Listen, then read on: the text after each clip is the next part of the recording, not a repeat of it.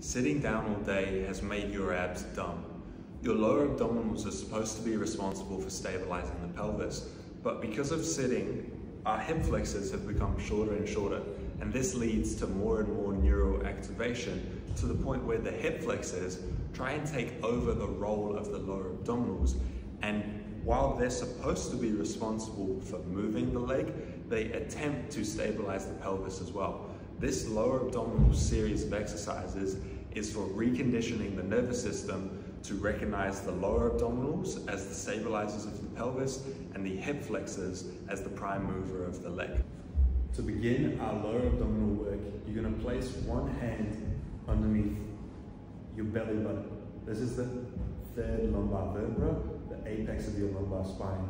You're now going to flatten your lumbar spine by pressing down into your hand. Opposite hand goes wide. Now, while keeping my back pressed flat into the ground, I'm going to lift my knee to 90 degrees and then return the heel. Once you can do 12 reps here, keeping your back perfectly flat the entire time, begin to straighten your leg. Once you can do 10 reps there, straighten your leg further. Continue this series until you can do 12 perfect reps with the left leg straight, up to 90 degrees, and back down with your back pressed flat the entire time.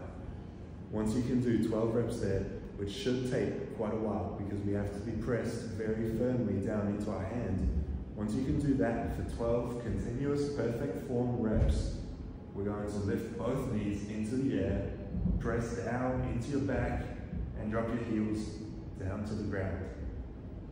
Eventually, and I won't talk during this one until it gets much harder, I'll straighten my legs, drop them to the floor, and raise them straight, all while keeping my back pressed flat into the ground.